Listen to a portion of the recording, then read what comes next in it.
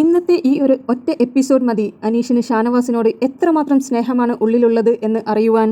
എല്ലാവരും ചേർന്ന് ഷാനവാസിനെ ഒറ്റപ്പെടുത്തിയപ്പോൾ അനീഷ് മാത്രമായിരുന്നു ഷാനവാസിന് വേണ്ടി അവിടെ സംസാരിച്ചത്.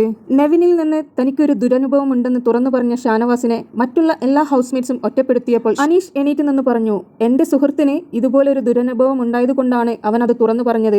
അതുകൊണ്ട് തന്നെ എന്റെ സുഹൃത്തിന്റെ കൂടെ ഞാൻ നിൽക്കും. അവൻ എന്റെ ഉറ്റ സുഹൃത്താണെന്നാണ് വിളിച്ചു പറഞ്ഞിരിക്കുന്നത്.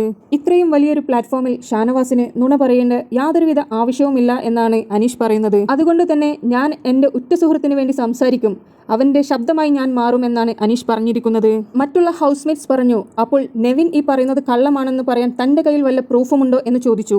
എന്നാൽ അനീഷ് പറഞ്ഞു, ഷാനവാസ് ഒരിക്കലും നുണ പറയുകയില്ല എന്നാണ് അനീഷ് പറയുന്നത്. ലാലേട്ടൻ വരുന്ന എപ്പിസോഡിൽ ഇത് തെളിയട്ടെ.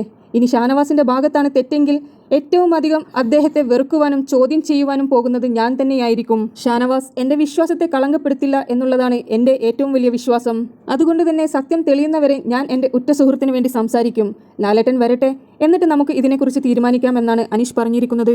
ഷാനവാസിന്റെ ഭാഗത്താണ് ഇനി തെറ്റെന്ന് കണ്ടു കഴിഞ്ഞാൽ അത് ചൂണ്ടിക്കാണിക്കുവാനും ഞാൻ മടിക്കില്ല എന്നും കൂടി അനീഷ് പറഞ്ഞു. അനീഷിന്റെ ഈ വാക്കുകൾ മാറി നിന്ന് കേൾക്കുന്ന ഷാനവാസ് അനീഷിന് വേണ്ടി കൈയടിച്ചു. മറ്റുള്ള എല്ലാ ഹൗസ്മേറ്റ്സും എന്നാൽ അനീഷിന് നേരെ തിരിഞ്ഞു. എല്ലാവരും ഷാനവാസിനെയും അനീഷിനെയും ഒറ്റപ്പെടുത്തി. ഇതിന്റെ സത്യാവസ്ഥ എന്തു തന്നെയായാലും ലാലേട്ടൻ വരുന്ന എപ്പിസോഡിൽ നമുക്ക് കാണാൻ കഴിയും. അതുകൊണ്ട് തന്നെ നമുക്ക് സാറ്റർഡേ സൺഡേ എപ്പിസോഡിന് വേണ്ടി വെയിറ്റ് ചെയ്യാം. ആരുടെ ഭാഗത്താണ് സത്യം എന്നുള്ളത് ഉടൻ തന്നെ അറിയുന്നതായിരിക്കും. കൂടുതൽ BB അപ്ഡേറ്റ്സിന് വേണ്ടി ചാനൽ സബ്സ്ക്രൈബ് ചെയ്ത് സപ്പോർട്ട് ചെയ്യുക.